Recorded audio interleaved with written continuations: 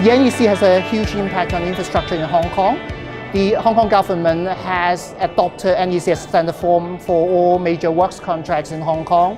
So people in Hong Kong are actually trying to understand the mechanisms in the NEC in running their contract to make sure that they're smooth, and if they can adopt the NEC spirit successfully, then it would make a huge cultural change to the Hong Kong projects and make them a success.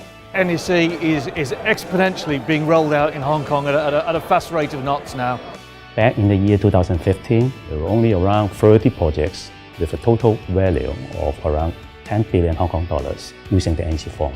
But by now, we have 120 projects with a total worth of 60 billion. NEC4 is that step change, another bit of innovation from NEC again, which really builds on the learning from previous versions of NEC and really picks up the key attributes that we should be engendering into a collaborative working environment. The promotion of NEC, it do provide a good platform to have a more collaborative working relationship rather than adversarial relationship between the parties. So this will resulting in a more productive the industry and also way of working things. These conferences are great to really get together and share experiences of how we've worked on projects, create learning, provide innovation to others, but also bring others on that NEC journey and really get them to understand how they're going to collaborate as well. Hong Kong, it gives the forum for people to discuss issues in running NEC. It also brings in experts from, for example, the UK, who has experience of running NEC for years, to share their experience with the Hong Kong contract managers and also construction professionals. So it makes a huge difference to the Hong Kong construction professionals.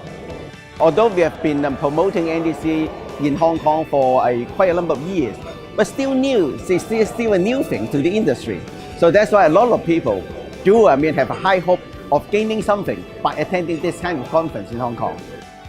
Well, I've been coming to these conferences for the last few years. They're a fantastic way to catch up on best practice in NEC, to hear about the latest developments, but also to find out, particularly in a Hong Kong context, what's going on, how many contracts are being let, what the future holds, and also to catch up with contacts and friends in the NEC community in Hong Kong. In terms of opportunities, the construction markets will continue to boom.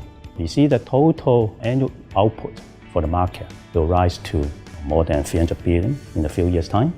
For the public market, it will increase to 100 billion. I can see that now with a usage of NEC4 for the past few years, now contractors, subcontractors, in particular, is the government department's colleagues. Now they know about the beautiful things of the benefit that the NEC can bring to the project management. And that's why it become more and more popular. We have worked out the Construction 2.0 vision, and that's for the market, for the construction industry to adapt and also change. And within the Construction 2.0, the NEC will continue to be the strategic procurement model that we would advocate.